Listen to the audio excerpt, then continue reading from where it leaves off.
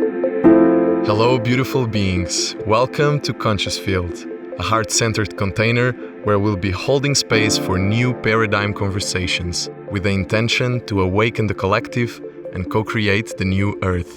We'll be tuning into flourishing voices from conscious artists, healers, visionaries, teachers, and students as they share their unique insights on spirituality, holistic healing practices, and sustainable community projects. With feet grounded into the earth and self-aligned with source in this playground we call life. And this episode I'm super excited to share with you. It's with a great friend and an amazing visionary and a beautiful human being called Anthony. And he's pretty much doing God's work in land regeneration in the countryside of Portugal. He's created a wholesome community called PurposeFlow, solely focused on restoring biodiversity, eco-awareness, and holistic living. So join us as we explore the interconnectedness of nature, how to integrate light and dark, how to create regenerative eco-community, and psychedelics as a vehicle for higher consciousness. I hope you enjoy this episode as much as we enjoy to record it. Much love. Anthony, welcome. Hey, God. How are you doing, man? A lot. A lot. How about that? A lot. You're doing a lot. Yes. It's been a lot. All right, so today is a very special episode because we're here. It's a live episode, not so much online. And I'm here at PurposeFlow, a community that Anthony is creating and co-creating and evolving here in Portugal. And it's been an amazing experience. I was here for the Reawaken retreat, which was such a blessing and a lot of process coming up. Also a lot of people coming through and learning a lot. And so I got super inspired by this project, and I want to hear a little bit about it and see how it can help us understand what can be done. I feel like there's a lot to learn from this project, and I want to learn some of that from you and hear what's your insight on this. So I guess we can start with how did you find this community, and what was the main purpose and the main vision behind it right at the beginning of it? Thank you so much for a brief introduction to the days that have led up to this moment. I think to dive right into it, it wasn't a process of really finding. There was no human community present. It's what we've created, what I've been a part of creating, but it's something that comes from a little bit further back in time. I used to come to this land when I was a kid. I'm very fortunate and blessed to be able to live within certain privilege, that we acquired this land in hopes to be able to move away from South Africa because of various crimes and things like that. And we had very violent situations as well at home when it comes to crime, that really encouraged us to leave. And so we acquired this land, and we went through this process of building the house. But by the time that we'd done that and finished the bureaucratic process, which took an additional 3 years, the house only took 2 years to build, we couldn't afford to move here anymore. So the house stood empty and finished built for another 8 years. And it was just a pipe dream to be able to move to Portugal one day.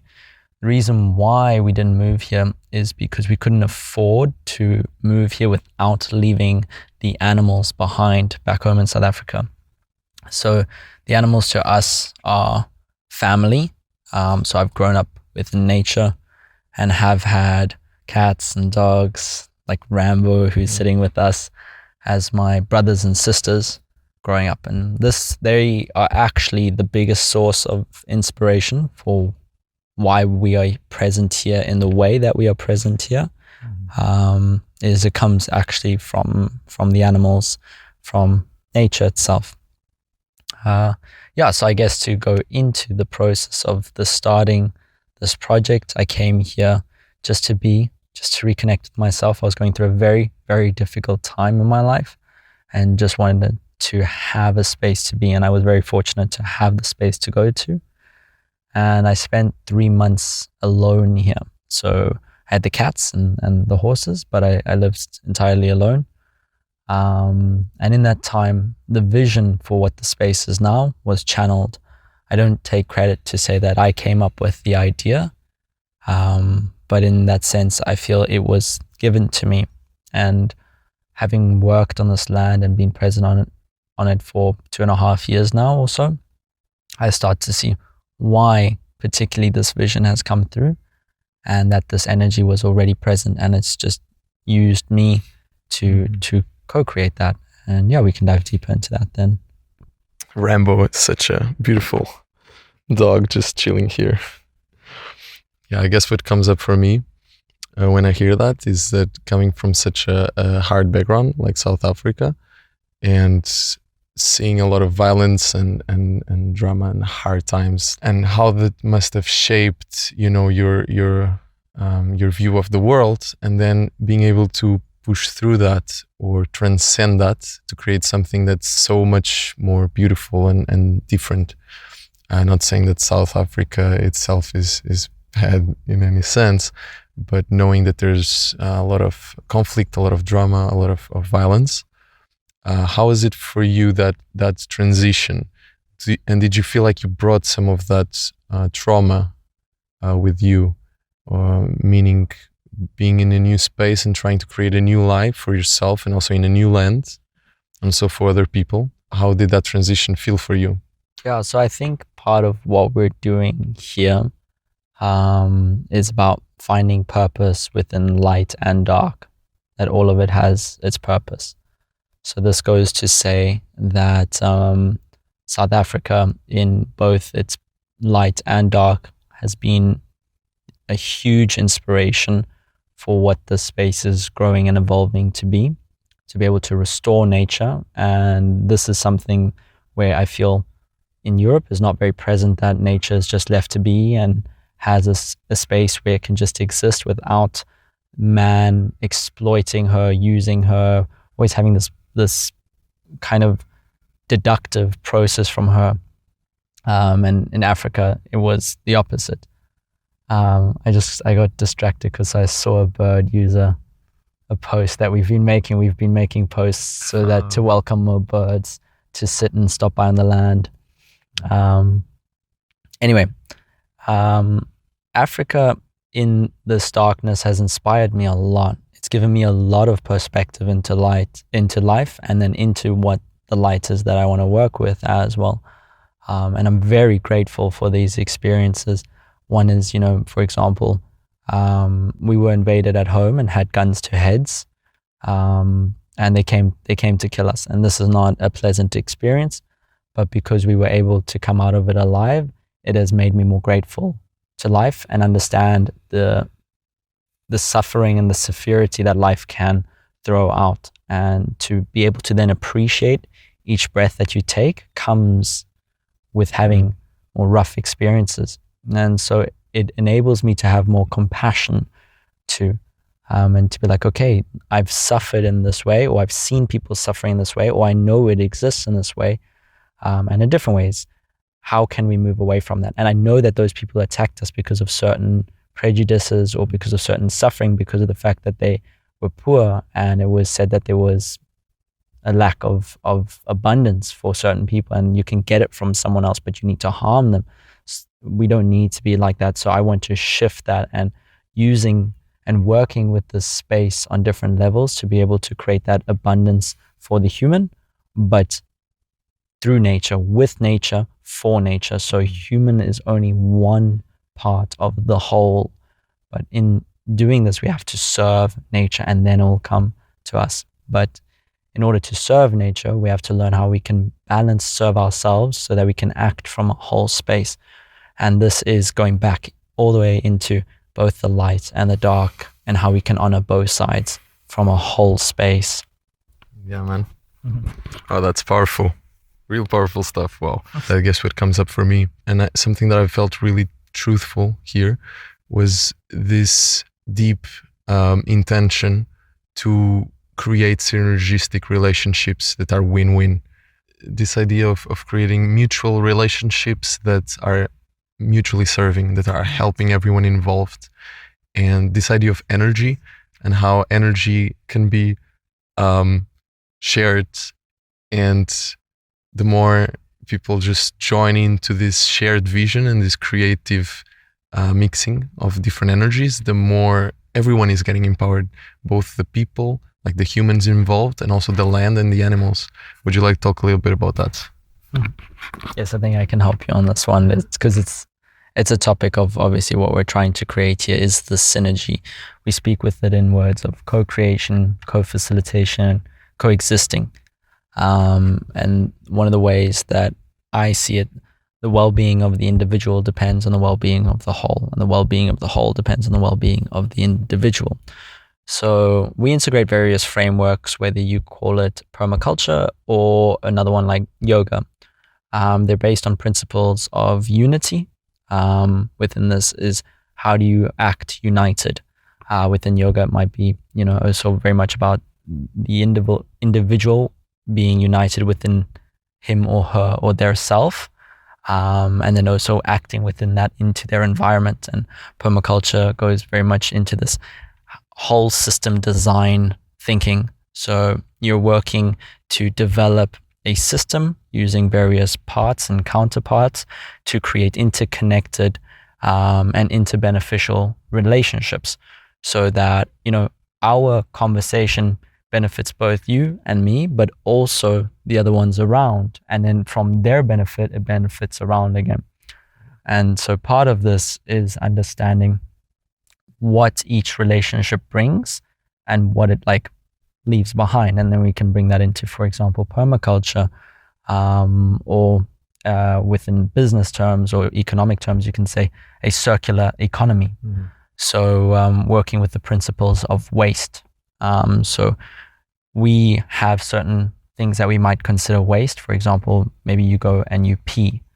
To you, this is what your body does not need anymore. But the land could use this. It can use these minerals and these nutrients. And so if you go and pee close to a tree, you'll be feeding the tree, which then in turn provides it some life, which then in turn provides habitats and life for other forms of life, whether it's insects, which then attracts birds, which then they get fed and then they can continue to sing. And then when you're playing your guitar under the tree and you hear the birds singing, or you're not playing the guitar and you're just sitting there, we can hear them in the background, you're like, wow, that's beautiful. And so you find these processes, these systems to create this. And this brings me into system thinking, where systems are always present. I'm a rebel by heart, so in terms of screw the system, but to understand that that's a system. Nature has many systems. So we're just trying to create new systems or understand from old ones or existing ones, what are the systems that we can implement that can benefit the whole? Mm-hmm. And then you see where it's not benefiting and why, and learning from that. So yeah, it's a constant process of observation, learning, deepening, understanding, and going through these cycles. But cycles is a whole nother topic. So. Yeah, absolutely. Yeah, I feel like also with the systems, just like you said, this ecosystem, there is the Earth, the planet, could be even a cosmical ecosystem of just a collection of systems that are working together holistically and harmoniously. It can also be that we are, as individuals, as well, a full system. So as a holon, I don't know if you're aware, if you're familiar with this concept of holons. No. It's pretty much that each holon is a systematic, is full of a lot of systems inside, and there's always a higher holon. So it's a holarchy instead of a hierarchy where someone has the power over another. It's a holarchy, so it's all interconnected. And so in that sense, what comes up for me when you're talking about systems is that we ourselves are also a system full of other systems going on inside. And so when one of the systems is failing, all the other systems are suffering. And we are feeling that the same now with the planet. If the planet is suffering, we are suffering, and vice versa. So by helping one, we are helping the other. and getting in touch with this, that we are connected with everything else, I think is such a powerful thing that everybody's kind of waking up to already, and we're being part of that awakening, I feel. And that's beautiful. And I feel like there's a lot of people that are just going through their own journeys, and they're all beautiful in their own way. But I feel like some are still very much, like you said, in the system, just in the grid, locked into a very limited worldview and value system of current, let's say, mainstream society, right? And something that you're doing here is an alternative for that. And it's an alternative that's possible and that's already happening. And that was something that just a few years ago I was looking for. It's like, is there an alternative to this? I don't want to be in a busy city, like noisy, and not be able to listen to the birds or just sit in nature, and always be running somewhere, catching the metro, catching the train. Like, we don't have a break, we don't stop. And even now arriving here, I feel like I still bring that momentum from the city, and I'm learning how to drop it, because there is so much more potential in actually slowing down and reevaluating with a zoomed out perspective all the systems that we've been buying into, both individually and collectively, and how to shift them slowly. So I feel like for whoever's listening to this, and if you feel like there must be another way, and that's already a great thing, because you're seeking, and just by seeking you're finding, if you seek you shall find different possibilities, different opportunities, different narratives that are out there. And I guess this brings me to a question, which is, you've been here for 2 years now, correct? A little bit more, but yes. A little bit more than 2 years. And you've seen a lot of people coming through here. And my question is, I'm sure that they come from a lot of different walks of life, but what's the common denominator that you found from all these people that get attracted to this place for some reason? I would say one of the things that's in common is what you were referring to earlier, is people are looking for some forms of alternative living. And with that, it's essentially they're looking for a space to be, to explore, to try new things. But it's within this alternative living. And this is one of the things that I look to see that we can provide, because we could just create this space. And one of the purposes that we have with this place is nature restoration. However, it's not about just nature on this land, it's about nature within the planet. And so if we could just welcome 10 people here that we really work really well with, and that flow really well with the space, and just restore the nature here and live a peaceful and happy life until all comes crashing down on the planet. So this is, to me, where it's not about our individual solely well-being and comfort, but actually welcoming in more people to give them the space to have a seed planted within them that this is possible. And that they have an experience, like some people might have an ayahuasca trip, or they go on this journey and they have their minds or hearts open and be like, wow, this is possible. And then they go out and practice that and create that within their life. It's to say, for example, you can take psychedelics like ayahuasca or magic mushrooms. They're a medicine, but in saying that it's a medicine, it's not something that you do all the time. It's something that you take for a certain period, and then you see how you can achieve that state of being without the medicine. So nourishing yourself in other ways. So this is to say also not to demonize cities. We don't demonize, or I try not to demonize anything. I find that everything has purpose. So cities are also great, but it's the relationship that we hold with them, that we or you as an individual might hold with the city, that could be sick. So within that, it's to say, people that are in cities are often consumed by their 9-to-5s, working around, running around on the metro, and then don't take time to ground or sit under a tree or take their shoes off. It is scientifically been proven how necessary grounding is for us on a cellular level. So you can look into that. It could be a cool person to find for the podcast to speak about the importance of grounding. But yeah, in cities, I feel you have to make a lot more of a practice to be able to connect with yourself. But there's so much inspiration. There's a lot of amazing people, and those are the places that require the shift. And it's important that the people that come from places like these can have a seed of inspiration dropped within them, and then go to the city and leave those there. Because if the cities don't change, we're still going down the same way, and we need people on the inside to be able to do that. And not everyone is meant for countryside living. There's a balance. So I think this is just a place in that sense for, on the human level, for the individuals that walk through these doors to get some inspiration, to have an experience, to learn that it's possible, and then to go back into the world and spread those seeds from whatever wholesome way that they find that they can. Beautiful. So you touched on this very, very deep and interesting topic, which I feel like a lot of people were drawn to at the beginning of this journey, which is psychedelics. And I would love to hear your perspective on them and what they meant for you.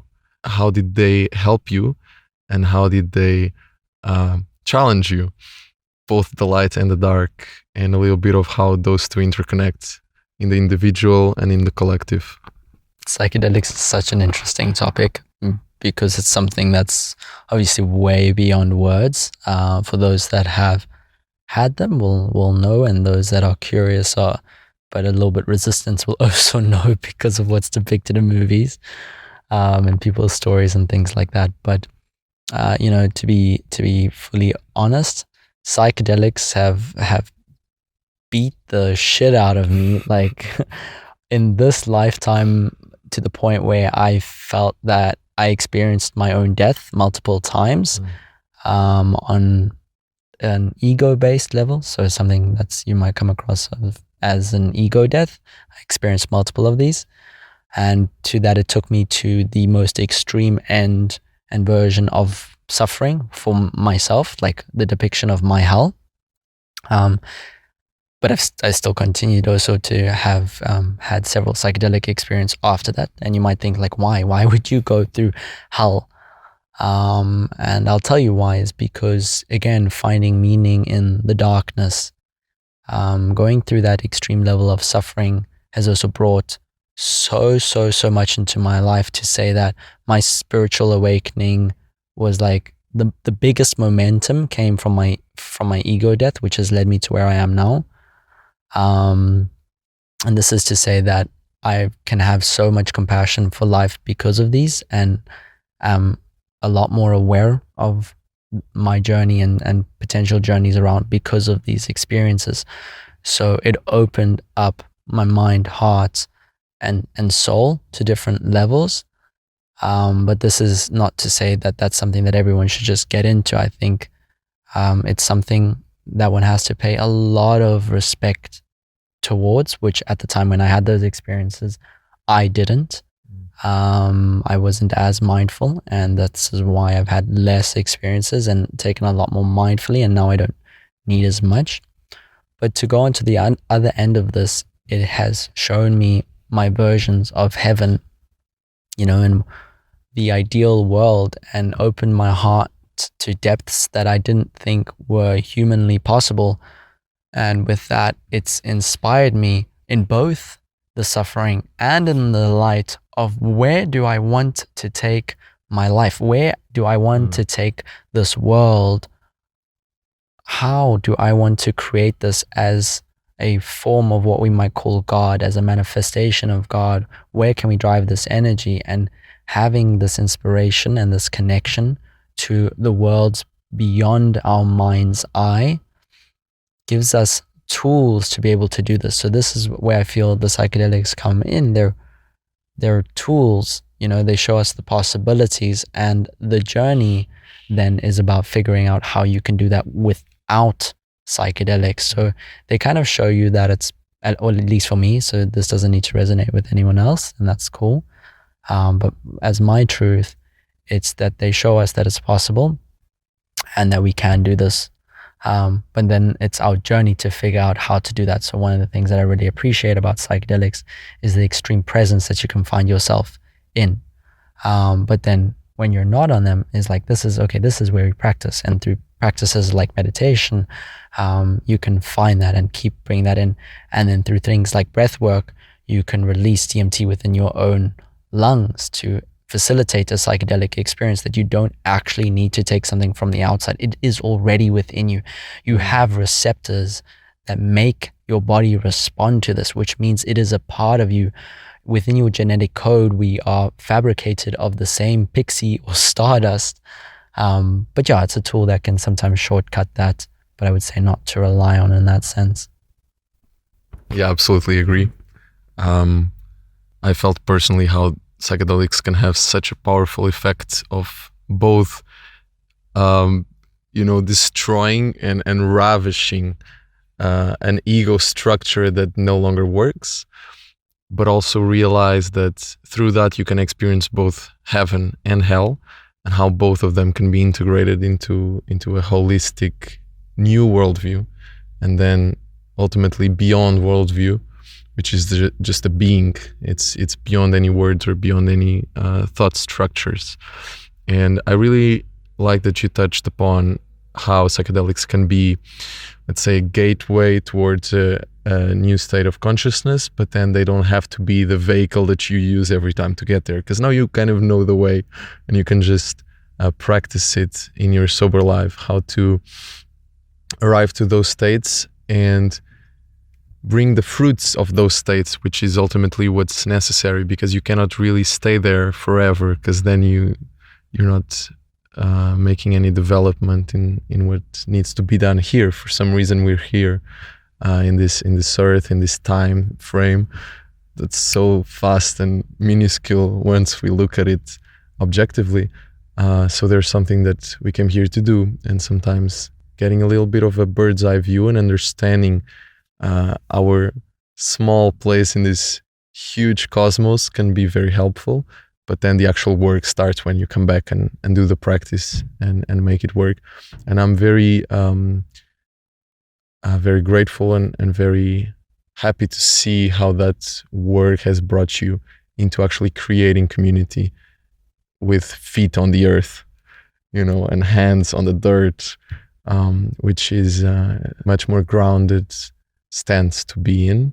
So I'd like to listen to you on this duality between that which is our earthly state as a human, right, and Pachamama, right, and our connectedness with the earth, and our transcendence of that and our state in the spirit, the fact that we came from somewhere else, and this is just a very transitory and very, you could even say that, illusory place, earth. So that duality, play a little bit with that.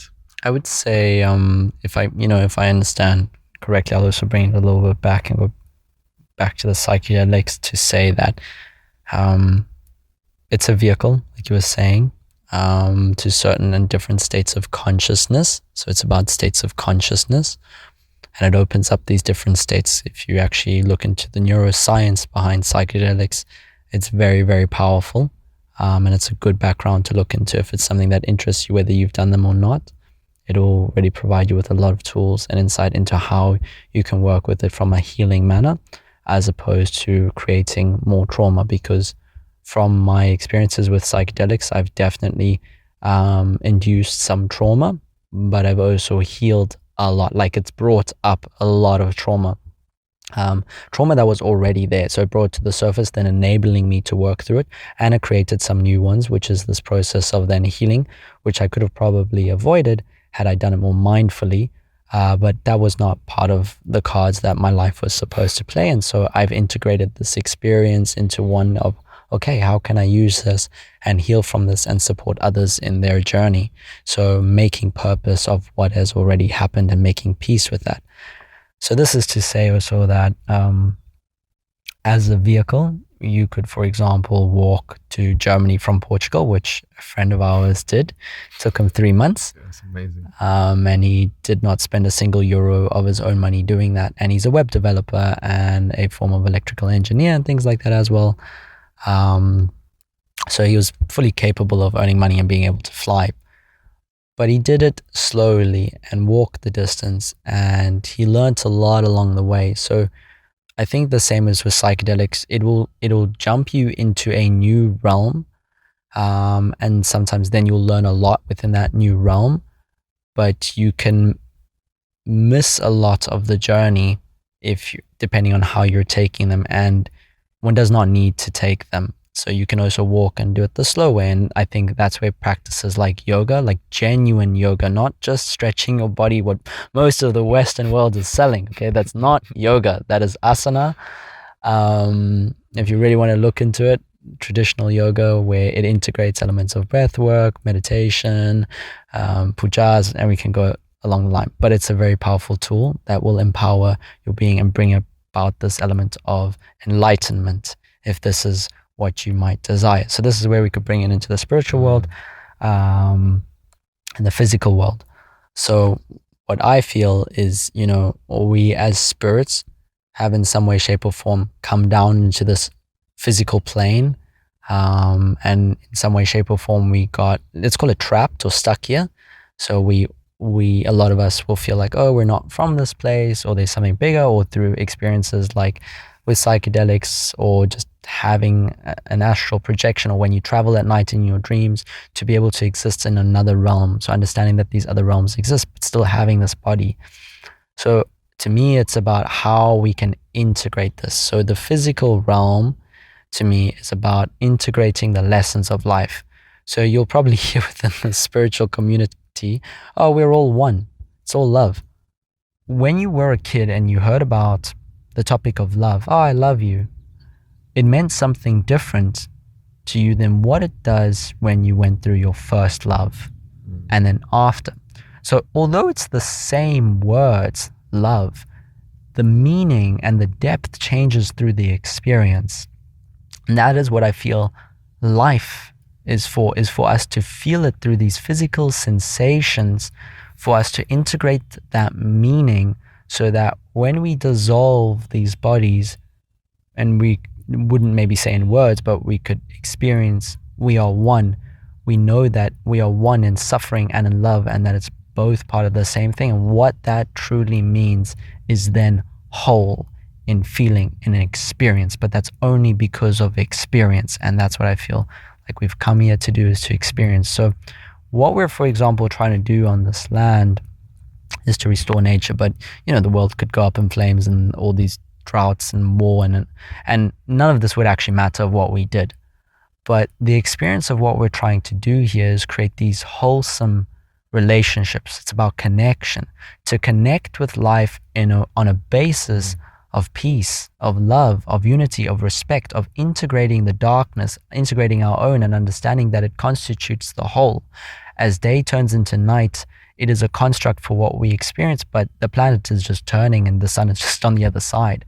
Understanding that they're both part of the same thing, and that they both have purpose and meaning, and creating these healthier relationships with each of that. So that in the case, or when it all goes up in flames, whether the planet dies or not, or we as individuals, we have had this whole experience, and we can die within this in some form of peace, and that we don't need to realize on our deathbed, oh shit, I wish I'd done X, Y, and Z, or felt or appreciated when I could walk, but that we appreciate and make that experience while we are still in it and fully living in that. So bring it all the way back to being present with life. Beautiful. Thank you. Thank you for coming to my TED Talk. Yes. Very grateful. Yeah, I think a good way to see spirituality, going to touch a little bit on what you said, is to die before you're dead and realize that you are alive.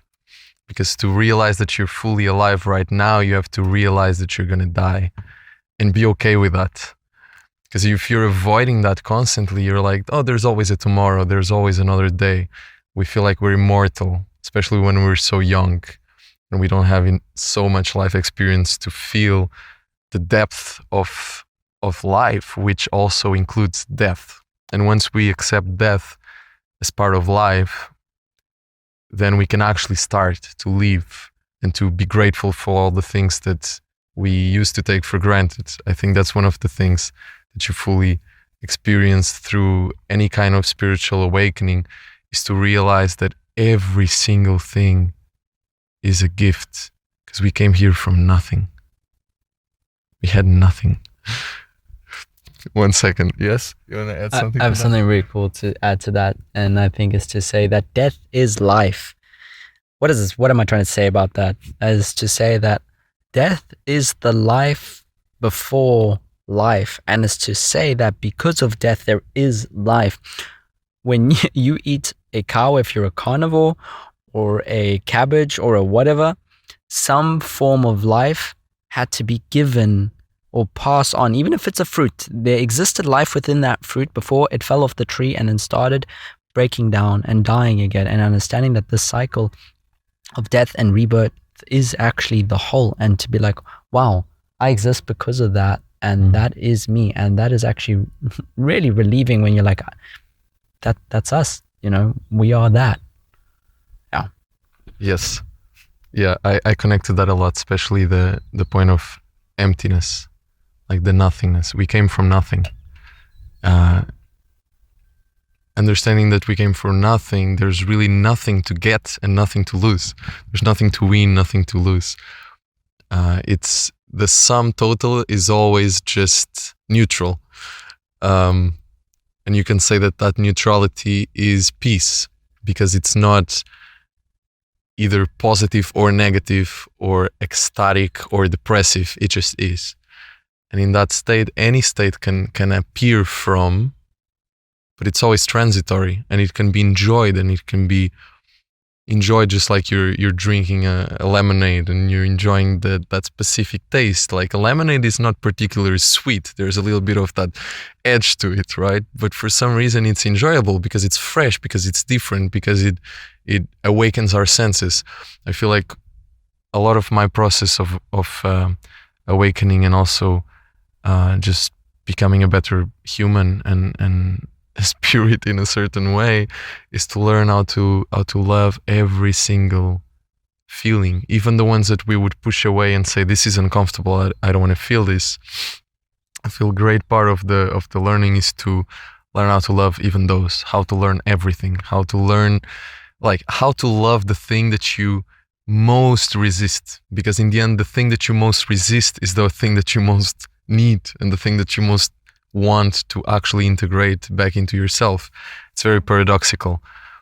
I think on this paradox and integrating the things that we do not necessarily want is understanding this kind of analogy that a good friend of mine gave, and she's in her 60s and an insane human that it connects on the spiritual realm on a whole nother level.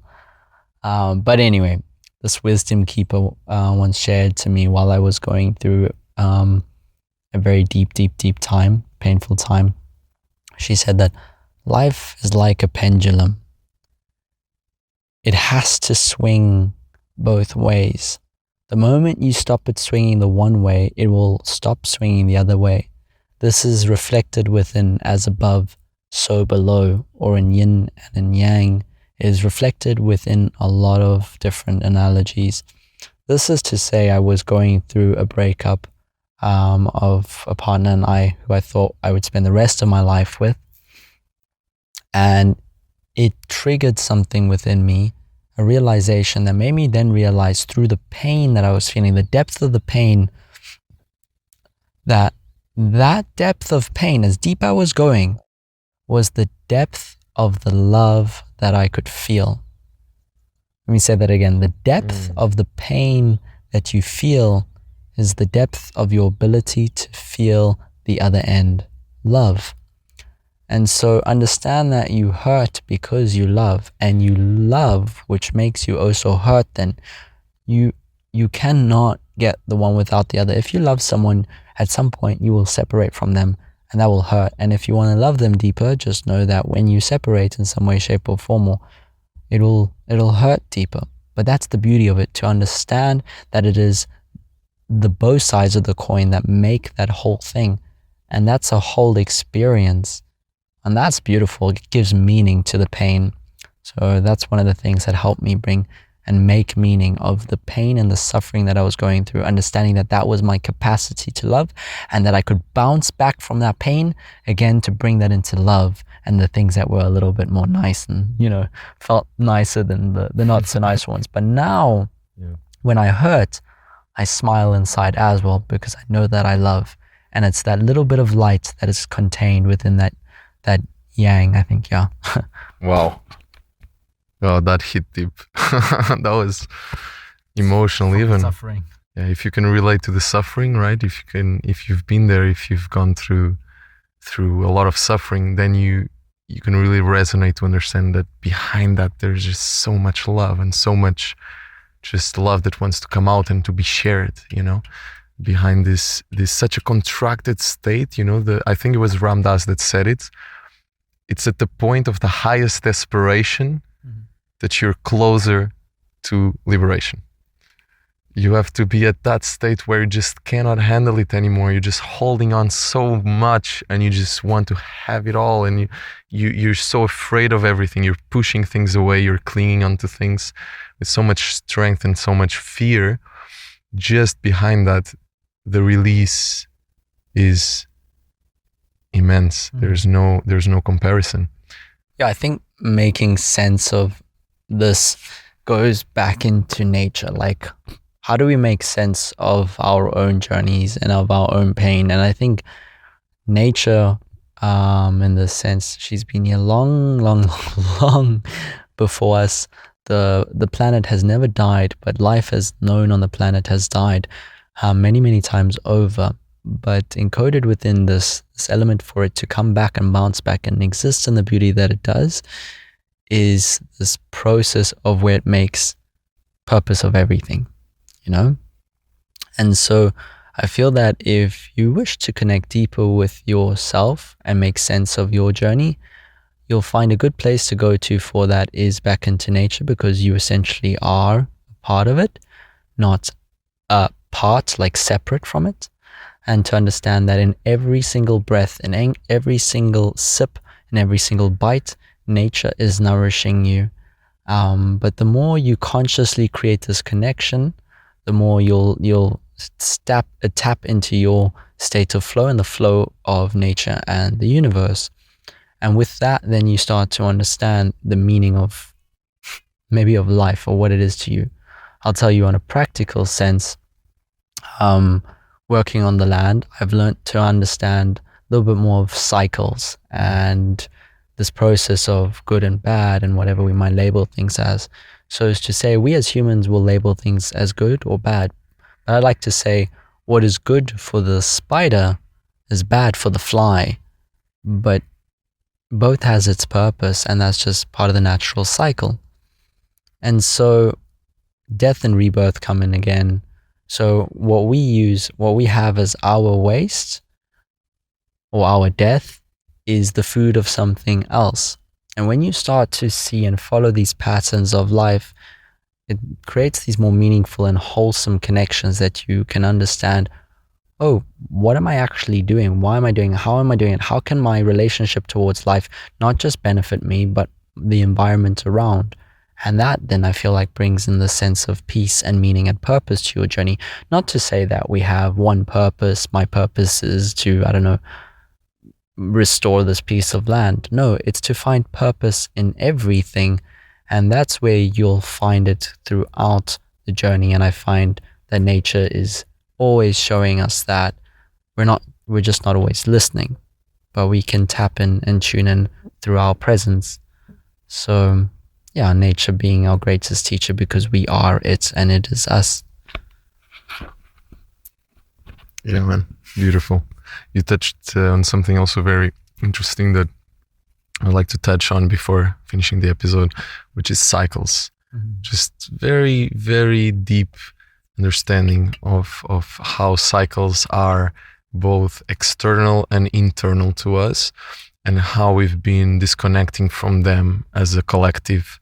Good example of that is, women taking the pill and getting disconnected from their cycles of death and rebirth, of their own potential for creating life, and also the cycles of the moon, the seasons, the cycle of day and night, this constant pendulum swing of life, and how they all regenerate each other, how our life is also going in cycles, both in a higher scale and in a lower scale. I would love to hear you talk a little bit about that, about cycles. Yeah, I think within that, it's definitely a very important topic to dive into when making sense of what we're doing here. Like you were saying, the cycles of the moon or the seasons of the years. But definitely when we connect to these more on a more conscious manner, because either way we're connected with it, whether we like it or not. But when we're conscious and aware of it, we can direct our influence and our change to where we'd like to take it and make sense and whole of it. So I think it's very important to connect with them and to understand that each cycle brings with it a certain energy. So the cycle of day and night, obviously at nighttime it gets a little bit colder, so we're attuned to maybe going inside and warming up. Before we had to fight for this warmth. We're now accustoming to certain simple cycles, and we can go back to more complex cycles. But to simplify it is when we tune into these cycles, I feel that we tune into ourselves. An easy one to work with, or an easier one, is more obviously the moon, and for the feminine energy that works a lot more with the moon. How we try and do this here at PurposeFlow is to honor that cycle and to say, okay, this period will come through, and in the week that the flow is happening, that they have the chance to rest more, that they don't need to work as hard. In the week after, they're usually a lot more driven and okay, what do I want to do? I want to get really go at it hard, and to give them that space to be able to do that. And then the week after that, the creativity comes through, a lot more creativity to say, okay, what are you feeling like? Where do you want to channel this? But to work with those cycles. And I think it's really important for us as a society to work with those cycles. And by honoring them, you'll see how whatever system you're creating will work a lot better. This is to say, and it's important to understand because people often speak about balance. They say, oh, it's all about balance. But as a good Libra that I am, I would say that balance in summer is not balance in winter. And it is always shifting. And when you understand the cycles, you understand the balance that is needed for that period, and you can then see to provide it to create that balance within your life and within the environment around you. But that only comes from a state of awareness. And because of cycles, there are patterns that you can see and predict more or less what is going to happen, so that you can then align yourself with the vision that you want to create and bring forth into this world. If you do not understand them, it will be a lot more confusing. For the feminine that does not understand her cycle, she might then be, diagnosed with being bipolar, but when she understands, she's like, oh, okay, this is a part of it, okay, and it brings a little bit more grounding. So connecting with the cycles of nature will definitely deepen your connection with yourself and the world around you. That's beautiful. Also, just want to touch that to whoever got diagnosed as bipolar, we don't mean to offend you. Yes, I definitely not. Yeah, it's everyone's journey is different, and there's things that touch within our journeys and that bring us closer and that remind us of our sameness. Some of that can be the cycles, and also cycle for someone can be different from the cycle of someone else. So it's also being into your own cycles and learning how to read other people's cycles as well, so you can have better empathy and tolerance towards others and towards yourself ultimately. All right, I feel like that's a beautiful place to stop it. Amen to that. Yes, that's beautiful. Thank you so much, Anthony. Where can people find you if they want to look you up online on the socials? So when you check into the hub of the universe, maybe you'll find me somewhere there. But no, on the social medias, I genuinely say if you want to connect, you can connect with PurposeFlow, spelled as purpose and flow in one word. And you'll see that we've got PurposeFlow Living, which is the nature regeneration project that we run to raise social and collective consciousness And then from there, essentially you can also connect through to me. And yeah, if it flows, it flows. Yeah, that's basically it. Thank you so much for this opportunity to share and connect with you. Thank you. Thank you, brother.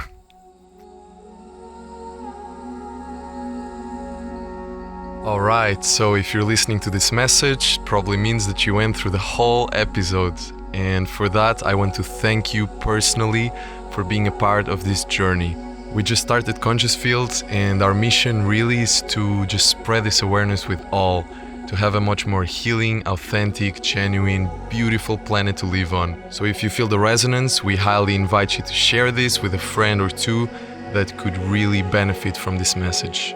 You can also follow us on all the media. We got the Instagrams, the TikToks, and all the podcast episodes will be available on Spotify, Apple Podcasts, and YouTube. If you want to send us some feedback or leave a review, you can do that on consciousfield.org/podcast. That's it. Thank you so much once again. This is Heitor signing off, and I hope to see you on the next one. Much love.